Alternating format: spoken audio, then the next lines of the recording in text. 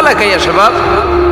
যুবক বলে, আস্তাগফিরুল্লাহ আমার সবচেয়ে বেশি পছন্দের আমল। আমি সব সময় আঠার মতে ইস্তেগফারের সাথে লেগে থাকি আর সব সময় পড়তে থাকি আস্তাগফিরুল্লাহ, আর এর বদৌলতে আল্লাহ আমারে মুস্তাজাবুদ দাওয়া বানিয়ে দিয়েছে। আহমদ ইবনে হাম্বল তওবা, আনতা মুস্তাজাবুদ দাওয়া, তুমি মুস্তাজাবুদ দাওয়া, রুটিওয়ালা। আমি এত বছর হাদিস পড়াই, আমিও তো মুস্তাজাবুদ দাওয়া না, আর তুমি রুটি বেচো বাজারে, তুমি মুস্তাজাবুদ দাওয়া, তুমি দোয়া করলেই সব কবুল হয়ে যায়। যুবক বলে, না আনা মুস্তাজাবুদ দাওয়া, আমি আমার জীবনে যত দোয়া করেছি কবুল করে নিয়েছে কে? সব দোয়া কবুল করে নিয়েছে আল্লাহ, একটা দোয়া ছাড়া। কয়টা?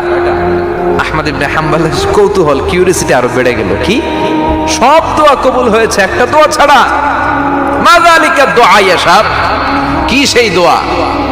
যুবক এবার বলতে শুরু করলো, আমার জীবনে যে দোয়াটা আল্লাহ কবুল করে নাই সেটা হচ্ছে আমি আল্লাহর কাছে অনেক চেয়েছি, অনেক দোয়া